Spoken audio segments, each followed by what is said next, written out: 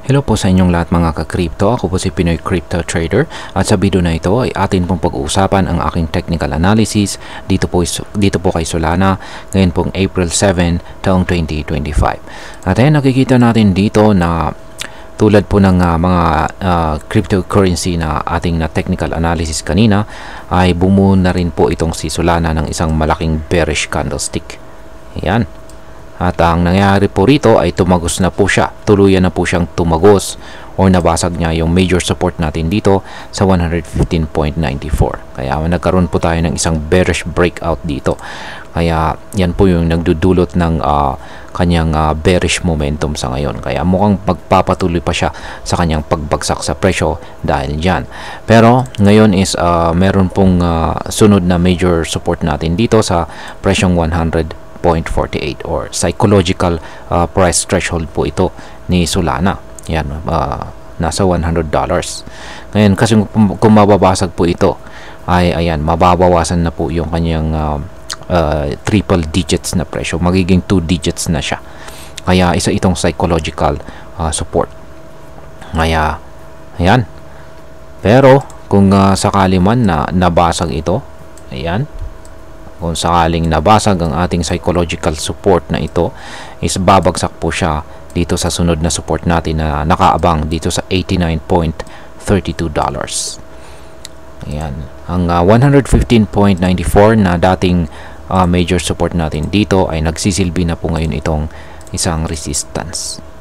Ayan. Ngayon kung magagawa pong pigilan ng kasalukuyang major support natin ang pagbagsak ni Solana, ay ayan, magko-consolidate po siya rito sa malapit dito sa ibabaw ng $100 na psychological support natin.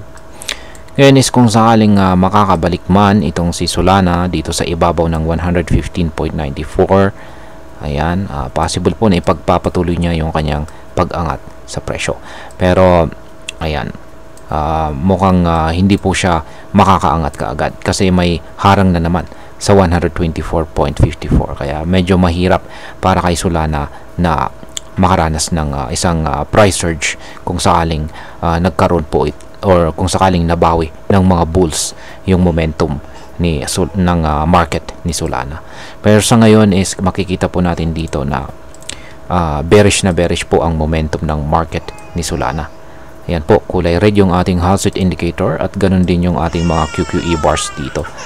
Kaya ayan, makang mas mataas po yung chances na babagsak si Solana or magko-consolidate dito sa ibabaw ng $100 na psychological support natin dito.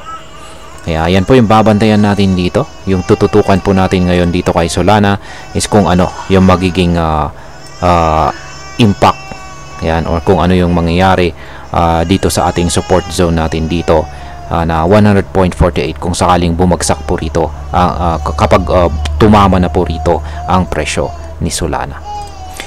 Ayan po ang aking technical analysis update sa araw na ito dito kay Solana. Kaya ayan, hanggang dito na lamang po tayo sa video na ito. Marami pong salamat sa panonood. Ingat po tayo lagi at God bless po sa ating lahat.